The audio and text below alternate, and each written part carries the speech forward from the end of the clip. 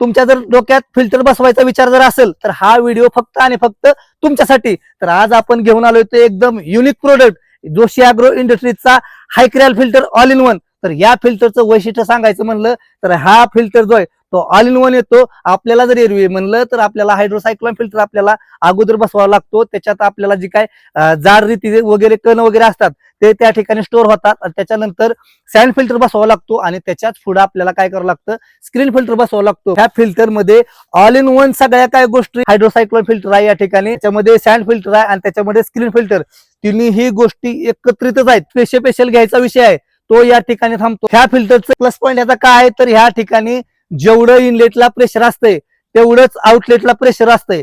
त्यामुळे pressure droppage जाईल तो अजिबात होत नाही. आणि अदर फिल्टरच्या तुलनेत जर म्हणलं 3-3, 4-4 दिवसात आपल्याला अदर फिल्टर जे आहे ते फ्लशिंग करावं लागतं. पण हा फिल्टर जो आहे तो आपण 8-8, 10-10 दिवस जरी फ्लशिंग नाही केलं तरी काय अडचण येत नाही. जो आपण या सँड फिल्टर जशा पद्धतीने आपण फ्लश करतो तशाच पद्धतीने तो एक वन टाइम करायचा आहे. त्याच्याच बरोबर तुमचं जो काय स्क्रीन फिल्टर आहे, जो काय हायड्रोसायक्लोन आहे आणि प्लस सँड फिल्टर आहे, तो तिन्ही गोष्टी एक संघ बॅकवॉश होतात त्याच्यामधून.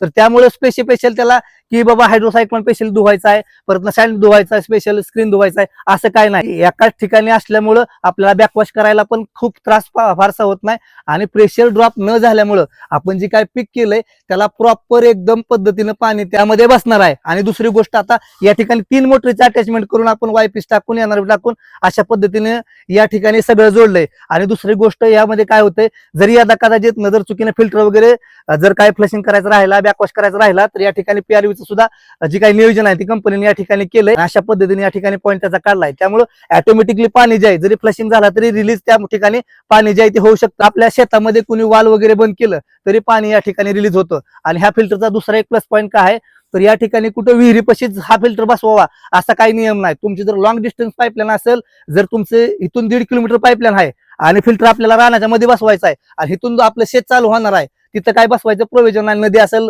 तलाव असेल किंवा धरण असेल, ह्या ठिकाणी तुम्हाला बसवायची तिथं काय जागा नाही. तर तशा ठिकाणी हा फिल्टर तुम्ही बसवू शकता रानाच्या बरोबर मध्ये. त्यामुळे होईल काय, प्रेशर ड्रॉप न झाल्यामुळे आपलं ड्रिप इरिगेशन जे सुरळीत चालेल.